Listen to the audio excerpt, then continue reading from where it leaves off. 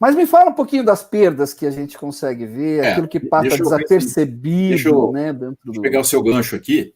Junto com a entrada do Lean, pessoal, que foi a última década do último século, né, dos anos 90 até o fim do século, quando entrou o Lean, que entrou, que o Wanderson acabou de falar, que é o chamado Target Costing, que é você justamente,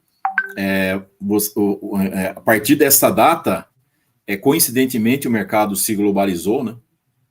Então, a gente já não sabia de onde vinham as coisas você tinha que procurar para saber de onde elas estavam vindo, porque elas vinham do mundo inteiro, né? E quando surgiu o Target Costing, ficou mais claro que o que a gente tinha como custo não era exatamente custo. Custo é aquilo que a gente tem para fazer o nosso produto. E para montar o preço, a gente somava custo com desperdícios, e faz isso até hoje. Muitas empresas fazem isso. E muitos empresários também, não vou falar todos, né, mas muitos empresários choram muito com relação à história do custo Brasil.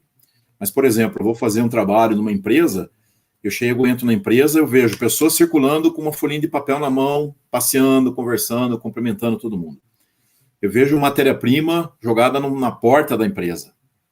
Eu vejo pallets cheios de material de manutenção, coisa assim, na chuva.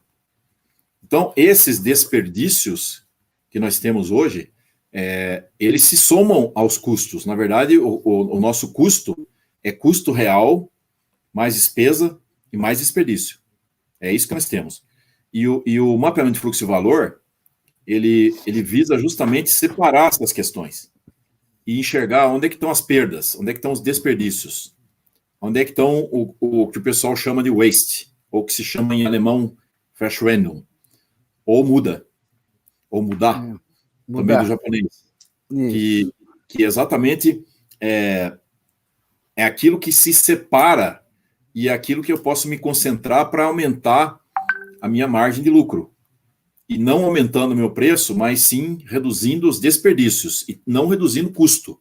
Porque se o custo for pagar a mão de obra e for pagar a matéria-prima, eu teria que separar essas duas coisas. Mão de obra e matéria-prima podem estar conectadas, mas misturadas, vamos dizer, com os desperdícios.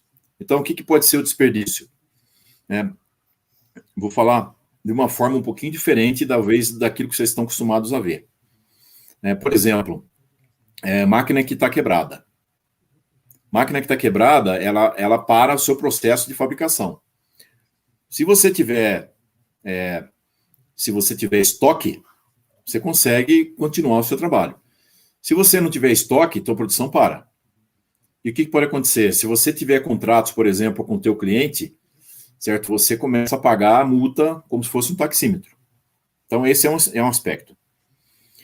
Outro aspecto, você pode ter a máquina quebrada num posto que é gargalo, aí pior ainda. Aí é o pior dos mundos, certo? Você pode ter erros de qualidade, processos fora da especificação para mais ou para menos, que estão oscilando por algum motivo e você está sem controle em cima do seu processo. Ou muita coisa que as pessoas me dizem, não, está tudo certo, porque está tudo dentro da tolerância. Aquilo que está próximo dos limites, pessoal, está metade fora. Então, não existe essa questão de falar assim, não, mas eu estou tudo dentro. Tudo dentro não existe, certo? Se eu estou próximo de um campo, de uma tolerância que é o limite superior ou inferior, significa que se eu estou próximo dali, metade do que eu estou fabricando está ultrapassando probabilisticamente. E é só a gente medir isso que vai confirmar. Não é uma questão só matemática, é uma questão real, né? O que mais que eu posso colocar? A eficiência do operador. O operador está naquele dia que ele acha que hoje eu não vou fazer nada, certo? Hoje não estou me sentindo bem, estou revoltado, estou chateado, estou não sei o que e tal. E aí a máquina trabalhou bem, a qualidade da máquina trabalhou bem, mas a produtividade do operador foi ruim. Então, esses são alguns tipos de... outra coisa, o setup, né? Eu conheci alguns setups aqui na região de Curitiba, que eles, quando o processo foi introduzido, eles eram de 3 horas.